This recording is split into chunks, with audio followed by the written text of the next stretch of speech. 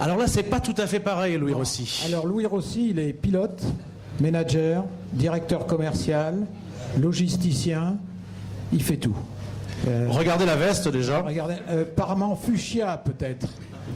Parement fuchsia. C'est fuchsia? Oui, il y a un petit Rouge peu de ou ça. fuchsia? Rouge, Oui, rouge, oui, c'est oui. les couleurs de la saison, on les retrouve sur la moto, Un clin donc d'œil à c'était Jean important. Lecran. Voilà. Moi, je l'appelle le businessman. Quand Exactement ça. il me donne les sommes qu'il récupère avec ses sponsors, je crois que c'est quoi? C'est 380 000 € cette année?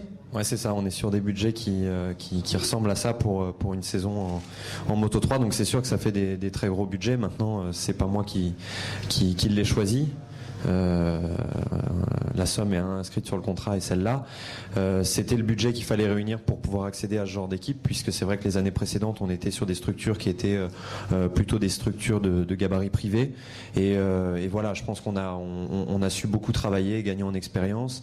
Et c'était important pour moi de passer dans une équipe avec un encadrement plus important, plus compétent, un châssis vraiment qui pouvait aller jouer devant avec un moteur aussi. Donc voilà, il fallait réunir beaucoup d'argent pour pouvoir mettre toutes les chances de notre côté et justement ne plus avoir d'excuses avec une équipe qui manque de moyens et de personnel.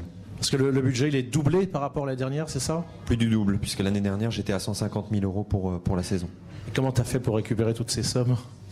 On a beaucoup travaillé, on a passé vraiment un hiver assez incroyable, c'est-à-dire que depuis le moment où j'ai mis un pied à terre après le dernier Grand Prix de Valence, on a réuni tous nos partenaires, on s'est mis, enfin en tout cas les partenaires historiques, et on s'est mis autour de la table et on a discuté en disant voilà, maintenant je pense qu'on a fait un bout de chemin tous ensemble et on arrive à la croisée des chemins, c'est-à-dire que qu'est-ce qu'on fait?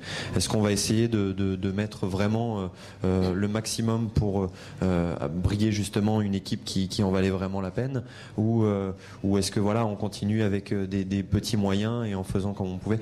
Moi, c'était plus ce dont j'avais envie. Clairement, je voulais mettre toutes les chances de mon côté, comme je l'ai dit avant, et arriver à jouer des places dans le top 5, voire même des podiums. Et je pense que là, on a réussi en se mettant tous d'accord et avec l'investissement de tous à arriver là.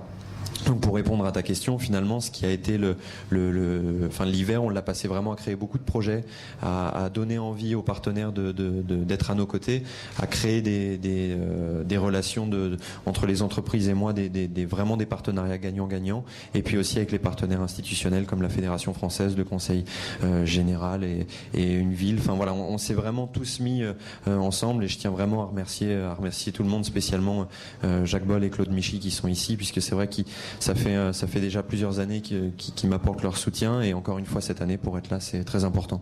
Alors les dernières, une 9e place en Australie, surtout une première ligne pour terminer à Valence avec la 2e place.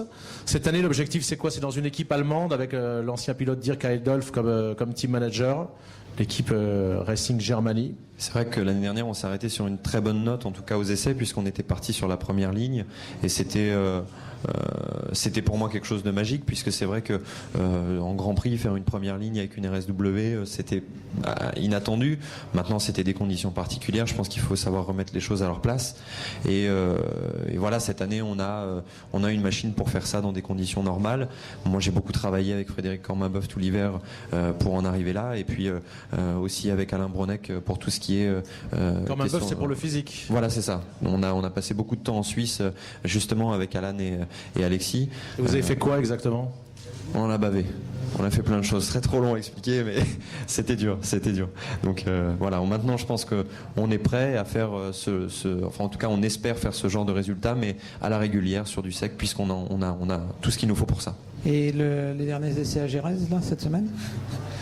Alors les derniers essais à Gérèse, ils ont plutôt bien commencé, puisqu'on a fait une bonne première demi-journée. On était 4e au moment où j'ai décidé de passer les pneus neufs, où je me suis un petit peu emporté. Je pense que j'ai eu un petit excès de confiance et j'ai chuté dans les cassures rapides, pour ceux qui connaissent Gérèse, donc à haute vitesse, et je me suis un peu abîmé le pied. Donc voilà, ça fait partie du jeu. Je pense que j'ai payé un petit peu le prix de trop de confiance et trop d'envie, et je pense que c'est une expérience qui va m'apprendre justement à bien garder la tête sur les épaules pendant la saison.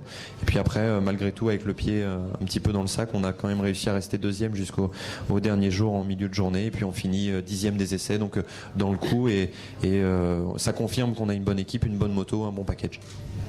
Bien, et voilà, Fanny va aller vers toi, te remettre ton Merci petit beaucoup. maillot pour continuer d'en baver avec Fred Corminboeuf.